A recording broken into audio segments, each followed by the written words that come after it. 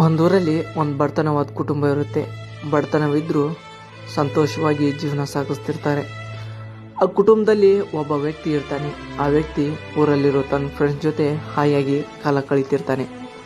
ಒಂದಿನ ಅವನ ತಂದೆ ತಾಯಿ ಬೇರೆ ಊರಿಗೆ ಹೋಗೋಕ್ಕೆ ನಿರ್ಧಾರ ಮಾಡ್ತಾರೆ. ಮೊದಲೇ ಬಡತನದ ಅಭಾವ, ಹೀಗಾಗಿ ಬೇರೆ ಊರಿಗೆ ದುಡಿಯೋಕೆ ಹೋಗ್ತಾರೆ. ಆ ವ್ಯಕ್ತಿಗೆ ತನ್ನ ಊರಲ್ಲಿರೋ ಫ್ರೆಂಡ್ಸ್ನ ಬಿಟ್ಟು ಹೋಗೋಕ್ಕೆ ಮನಸ್ಸೇ ಇರೋದಿಲ್ಲ. ಆದರೂ ಬಡತನದಿಂದ ಹೋಗಬೇಕಾಗುತ್ತದೆ. ಕೆಲಸಕ್ಕೆ ಹೋದಂತಹ ವ್ಯಕ್ತಿಗೆ ಆ ಫ್ರೆಂಡ್ಸ್ ಎಷ್ಟು ನೆನಪಾಗ್ತಾರೆ ಅಂದರೆ ಅವನಿಗೆ ಕೆಲಸ ಕೂಡ ಮಾಡೋಕ್ಕಾಗ್ತಿರಲ್ಲ.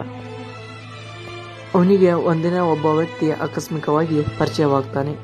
ಮುಂದೆ ಅವನು ತನ್ನ ಸ್ನೇಹಿತನಾಗ್ತಾನೆ.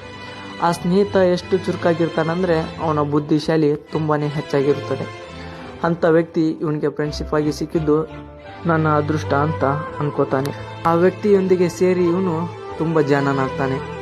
ಆಕಸ್ಮಿಕವಾಗಿ ಸಿಕ್ಕಂತಹ ವ್ಯಕ್ತಿ ಇಷ್ಟೆಲ್ಲ ಚೇಂಜಸ್ ಮಾಡ್ತಾನೆ.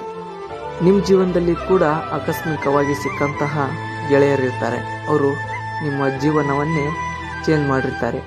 ಅಂಥ ವ್ಯಕ್ತಿಗೆ ಈ ವಿಡಿಯೋದಲ್ಲಿ ಟ್ಯಾಗ್ ಮಾಡಿ ಹೇಳಿ, ನೀನಿಲ್ಲದೆ ಇದ್ದರೆ ನಾನು ಈ ಮಟ್ಟಕ್ಕೆ ಬರ್ತಿರ್ಲಿಲ್ಲ ಅಂತ. ಸೊ ಇದರಿಂದ ನಾವು ಏನು ತಿಳ್ಕೊಬೇಕಂದ್ರೆ, ಒಳ್ಳೆಯವರ ಗೆಳೆತನ ಮಾಡೋದ್ರಿಂದ ಒಳ್ಳೆಯದೇ ಆಗುತ್ತದೆ. ನಾವು ಜೀವನದಲ್ಲಿ ಯಾವತ್ತೂ ಒಳ್ಳೆಯವರ ಗೆಳೆತನ ಮಾಡಬೇಕು. ನಾವು ಒಳ್ಳೆಯ ವ್ಯಕ್ತಿ ಜೊತೆ ಗೆಳೆತನ ಮಾಡಿದರೆ ನಮಗೆ ಒಳ್ಳೆಯದೇ ಆಗುತ್ತೆ. ಕೆಟ್ಟವರ ಜೊತೆ ಗೆಳೆತನ ಮಾಡಿದರೆ ಕೆಟ್ಟದ್ದೇ ಆಗುತ್ತೆ. ಮುಂದಿನ ವಿಡಿಯೋದಲ್ಲಿ ಸಿಗ್ತೀನಿ. ನಮಸ್ಕಾರ.